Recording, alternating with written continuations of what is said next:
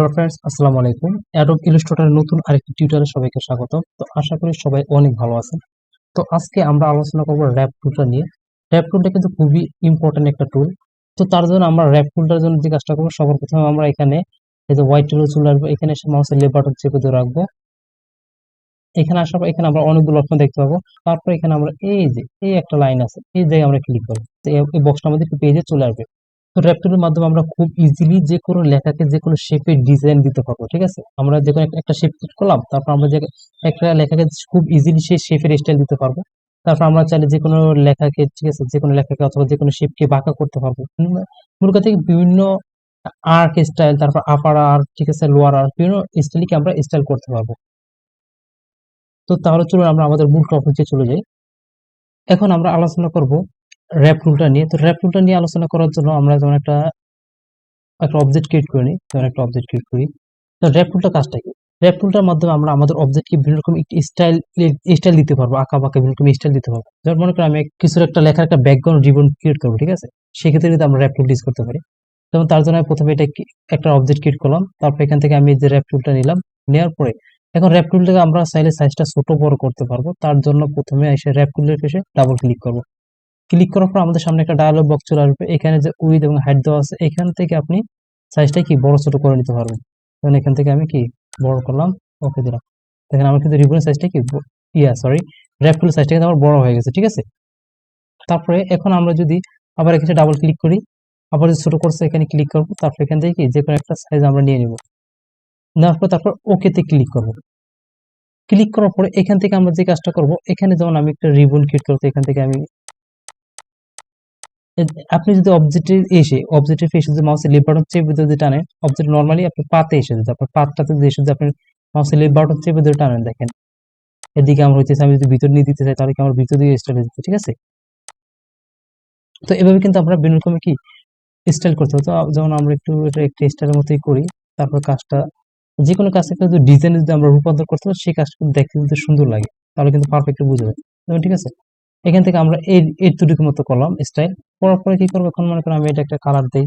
যেমন এখান থেকে এটাকে আমি রেড কালার দিলাম, তারপর এটা একটা স্ট্রোক দিয়ে দিই, হোয়াইট স্ট্রোক একটু মোটা করে দিই, ঠিক আছে। এখন এটা একটা রিবনের মতো হয়ে গেল। এখন এটা দিতে আমি চাইলে কিছু একটা লিখে দিতে পারবো।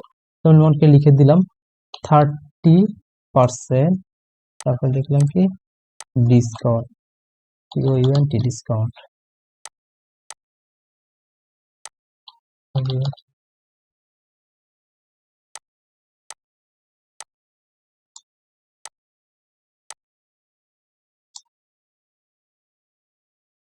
ঠিক আছে, এখন এগুলো অনেক সময় যেমন আমরা বিভিন্ন রকমের ফ্লায়ার ডিজাইন করে থাকি, বিভিন্ন নর্মাল ফ্লায়ার ডিজাইন করে থাকি, সেক্ষেত্রে আমাদের বিভিন্ন রকমের রিবন ইউজ করা লাগতে পারে, বিভিন্ন স্টাইলের শেপ ইউজ করা লাগতে পারে। সেক্ষেত্রে কিন্তু আমরা এর মাধ্যমে, ঠিক আছে, আমরা যে র‍্যাপ টুলের মাধ্যমে কিন্তু সেই কাজটা কিন্তু আমরা করতে পারবো।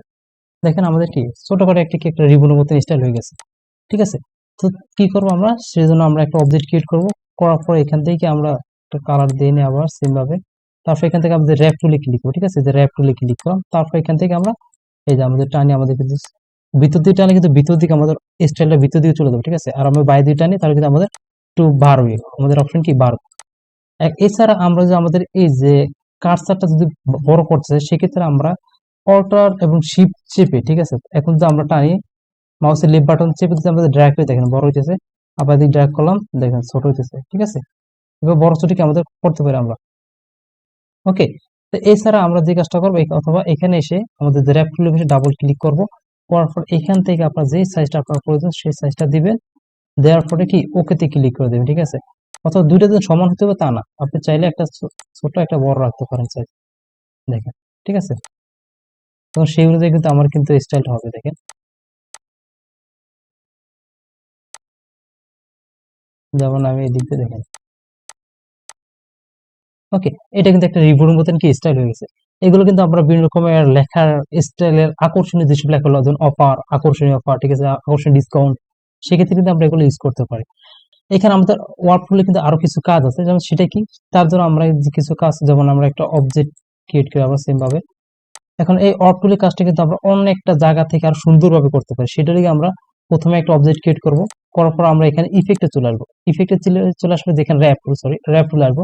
আসার পর এখান থেকে দেখেন অনেকগুলো অপশন আছে, তখন আমি প্রথমে আর্কে নিলাম, ঠিক আছে।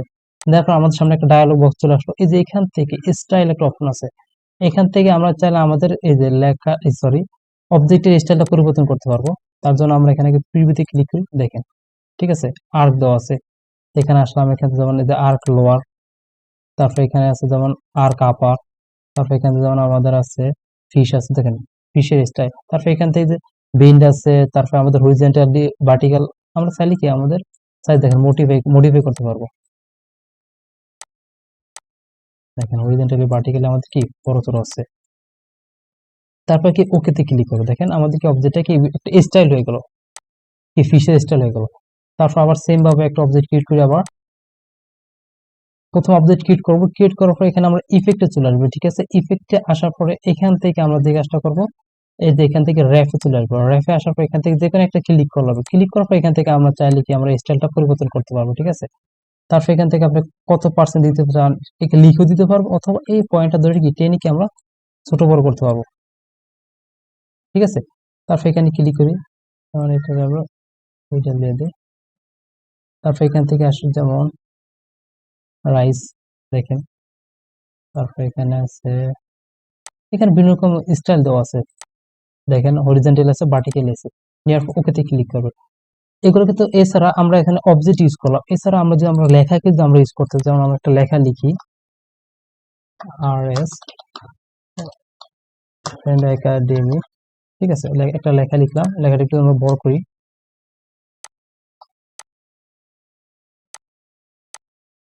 তারপর এখান থেকে আমরা ইফেক্টে চলে আসবো, তারপর র্যাপ চলে আসবো, আর্ক নিলাম, ঠিক আছে। দেখেন আমাদের কি আর্ক এগুলো।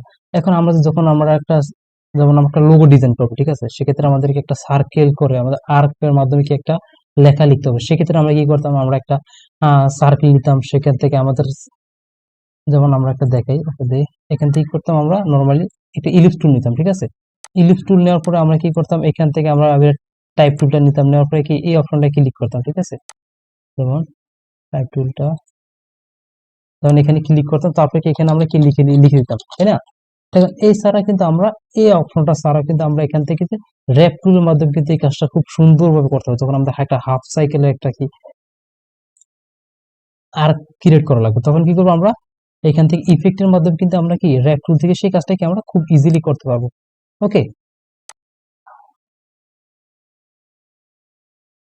এখন আপনি যদি একটা শেপ নেন, যেমন সেম সাথে একটা শেপ নিলাম, রেক্টেঙ্গেল শেপ নিলাম, নেওয়ার পরে শেপটা কালারটা পরিবর্তন করে দিই আমরা, সেন্টার ব্যাক দিলাম। ওকে, এখন এটাকে আমরা কি করব, ইফেক্টে আসলাম, তারপর এখান থেকে র্যাপ টুলে চলে আসলাম, আসার পর এখান থেকে আর্কে চলে আসলাম।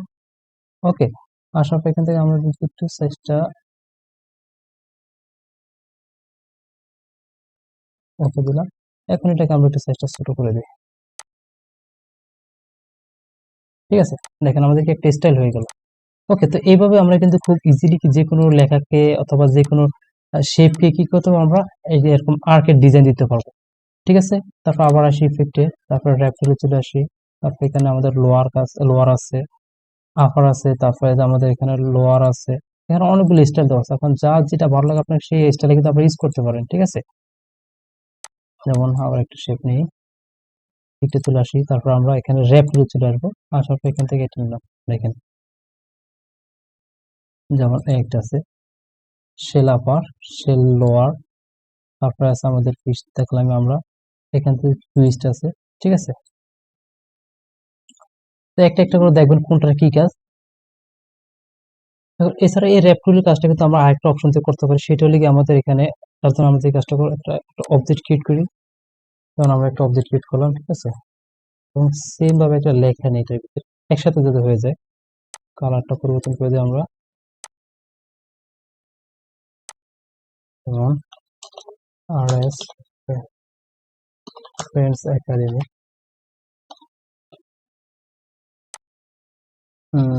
একটু বড় করি লেখাটা, এর ভিতরে নিয়ে আসলাম। ওকে, এখন আমরা দুটো অবজেক্টকে সিলেক্ট করলাম, অথবা একটা অবজেক্ট নিয়ে যদি কাজ করেন একটা নিয়ে সিলেক্ট করবেন। তারপর এখানে অবজেক্টে চলে আসবো, অবজেক্টে আসার পর এখান থেকে আমরা চলে যাব এই যে একদম, এই যে ইনভলভ ডিস্টর্ট, ঠিক আছে, ইনভলভ ডিস্টর্টে ক্লিক করবো, তারপর মেক উইথ র্যাপ, এই যে মেক উইথ র্যাপে ক্লিক করবো। ক্লিক করার পর দেখেন আমাদের সেই বক্সটা চলে আসলো র্যাপ অপশনে। তারপর এখান থেকে আমরা সেম ভাবে যে স্টাইলটা আমাদের দরকার সেটা দেবো। দেখেন সেই অনুযায়ী আমাদের কি স্টাইলটা হয়ে যাচ্ছে। ওকে, তারপর আমরা কি করব, ওকেতে ক্লিক করে দেবো। ক্লিয়ার? দেখেন, ঠিক আছে, আমাদের কিন্তু স্টাইলটা কি হয়ে গেল। যেমন এখানে ইনভলভ ডিস্টর্টে আসার পর এখন দেখেন রিসেট উইথ ওয়ার্ক, ঠিক আছে, এটা আবার ক্লিক করলাম, আবার রিসেট করবো, আমি চাচ্ছি এটা স্টাইল করবো, তার একটা স্টাইল দেবো। এখানে আসলাম, আসার পর যেমন একটা স্টাইল দিলাম, নতুন করে আমাদেরকে একটা স্টাইল হয়ে গেল। তারপর কি ওকেতে ক্লিক করবো, ঠিক আছে। একটা কি আমাদের র্যাপ টুলের কাজটা গেল। তারপর র্যাপ টুলের আরেকটা খুবই সুন্দর একটা কাজ আছে। যেমন তার জন্য আমরা একটা অবজেক্ট ক্রিয়েট করি, যেমন একটা অবজেক্ট নিলাম, ঠিক আছে, তারপরে টেক্সট লিখি আর এস,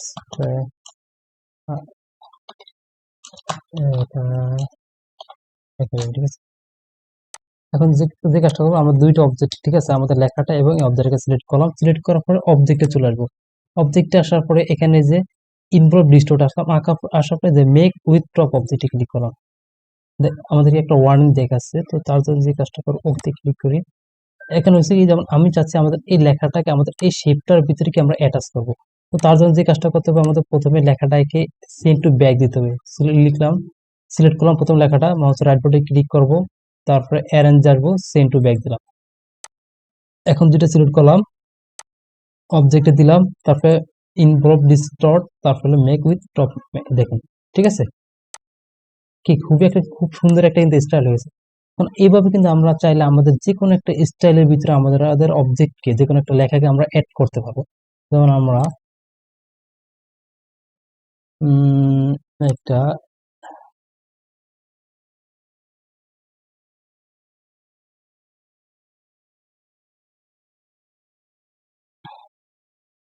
ঠিক আছে, এখন আচ্ছা আমরা এর ভিতরে একটা লেখা অ্যাড দেবো, তো তার জন্য একটা লেখা লিখি আর এস